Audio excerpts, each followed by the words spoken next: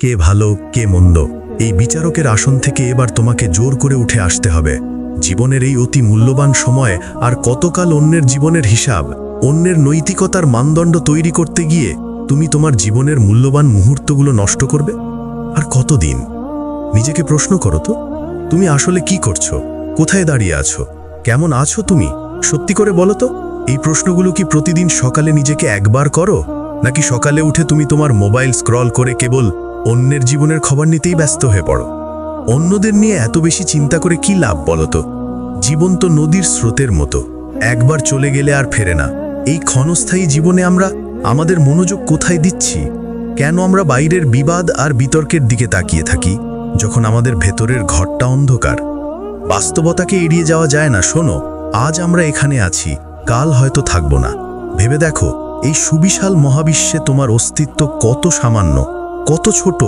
তুমি হয়তো ভাবো তোমার উপস্থিতি ছাড়া পৃথিবী থেমে যাবে, কিন্তু না। যখন তোমার জীবনের এই অধ্যায় শেষ হবে, তখন আমাদের আপনজনেরাও কি বেশি দিন আমাদের স্মৃতিতে ধরে রাখবে? হয়তো কয়েক বছর, হয়তো একটি প্রজন্ম, কিন্তু তারপর জানি এই কথাটা কষ্ট দেবে। মনে হতে পারে আমি খুব কঠিন এক নির্মম সত্য তুলে ধরছি, কিন্তু এটাই জগতের চরম সত্য। মৃত্যুর পর এই পৃথিবী কাউকে তার চলার পথে এক মুহূর্তের জন্য থামিয়ে রাখে না। পৃথিবী তার নিজস্ব নিয়মে, নিজস্ব গতিতে চলতে থাকে। তোমার সকল প্রচেষ্টা, সকল উদ্বেগ, সকল রাগ সবই এই পৃথিবীর কাছে অর্থহীন হয়ে যায়। তোমার থাকা না থাকার উপর তার গতির কোনো পরিবর্তন হয় না। তাহলে এই সীমিত সময়টুকু কেন তুমি অন্যের জীবনের হিসেব নিকেশে নষ্ট করছো? জানতে চাও তোমার সবচেয়ে বড় ভুলটা কোথায় হচ্ছে? তোমার ভুলটা হলো তুমি সবসময় অন্যদের দিকে তাকিয়ে নিজেকে বিচার করো। তুমি তোমার নিজের জীবনটাকে অন্যদের সাথে তুলনা করতে করতে নিজেকে ক্লান্ত করে ফেলছো। এই তুলনা তোমার মানসিক স্বাস্থ্যের সবচেয়ে বড় শত্রু। তুমি নিজেকে অনবরত অপমান করছো। তুমি কি দেখো? তুমি দেখো অন্যের জীবনের ফিল্টার দেওয়া সাফল্য। তুমি দেখো তাদের সোশ্যাল মিডিয়ার হাইলাইট রিল, তাদের বিলাসবহুল ছুটি, তাদের সামাজিক অবস্থান।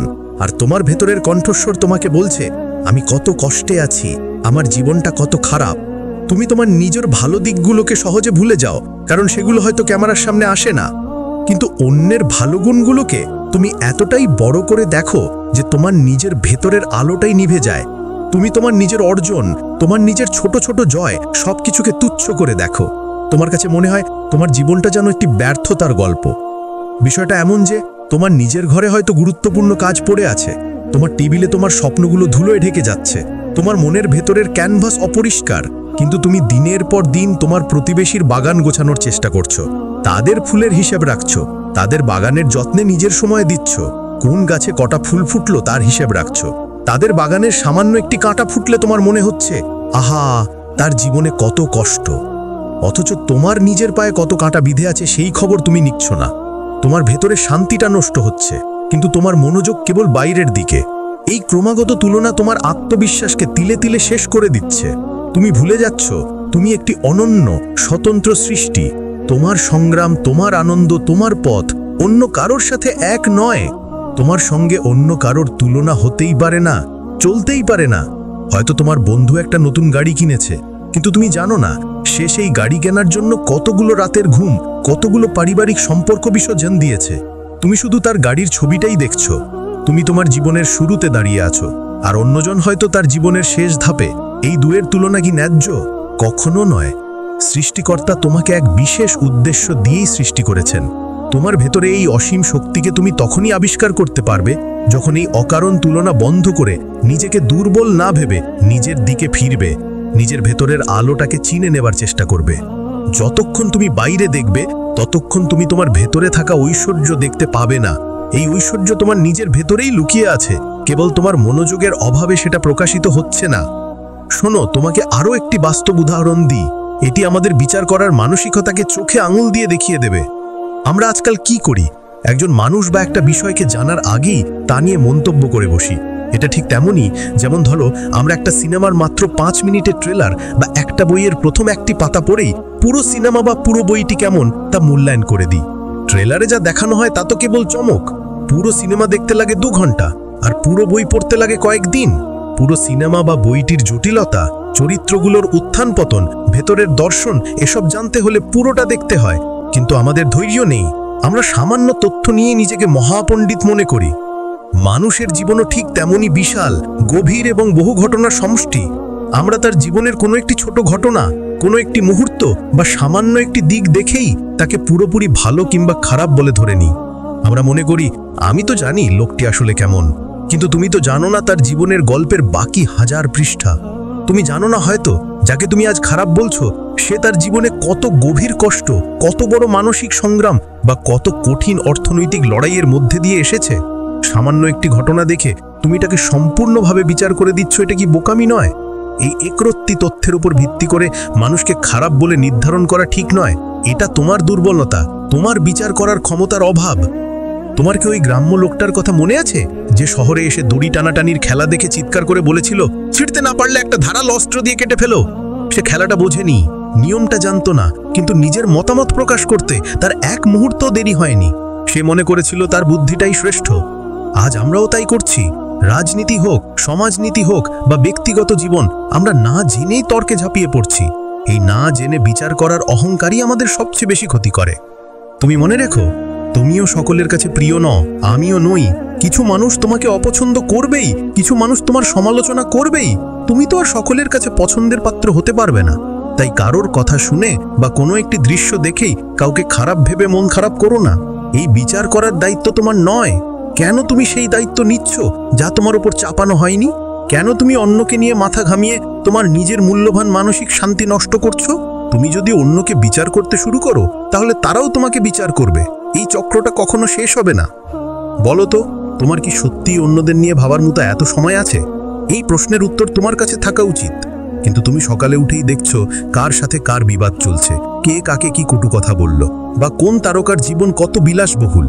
তুমি ঘন্টার পর ঘন্টা ধরে সেই সব অনর্থক তর্ক বা কন্ডল দেখছো আর কমেন্ট করছো। তুমি দেখছো কার পোস্টে কটা লাইক পড়লো, কে কতজন ফলোয়ার পেল, কে কোন দলের পক্ষে যুক্তি দিল। এই কমেন্ট খেলায় তুমি তোমার কতটা সময় নষ্ট করছো ভেবেছো? এই মিনিটগুলো কিন্তু আর কখনো ফিরে আসবে না। তুমি যখন এইসব দেখায় ব্যস্ত, তখন কি তোমার মনে থাকে যে তোমার মা বাবাকে একবার ফোন করে তাদের খোঁজ নেওয়াও জরুরি ছিল? তোমার নিজের শরীর চর্চা করা বাকি, তোমার নিজের পড়ার টেবিলে কাজ জমা হয়ে আছে, তোমার নিজের দক্ষতা বাড়ানোর জন্য একটি বই পড়া বাকি। অথচ তুমি কেবল অন্যের জীবনের মেট্রিক্স বা হিসাব গুনছো, যেন সেটাই তোমার জীবনের একমাত্র কাজ। আর এর ফলস্বরূপ তোমার নিজের জীবনটাই এলোমেলো হয়ে আছে। তোমার জীবনের সময়গুলো কি তোমার কাছে মূল্যবান নয়? এই সময় তোমার সবচেয়ে বড় সম্পদ। ভেবে দেখো, তোমার পছন্দের তারকা বা আইডলরা যখন নিজেদের স্বার্থ সিদ্ধির জন্য এমন পণ্যের বিজ্ঞাপন করতে দ্বিধা করে না যা তোমার জন্য ক্ষতিকর, যা সমাজকে ভুল পথে চালিত করে, তখন তুমি কেন নিজের কথা ভাববে না?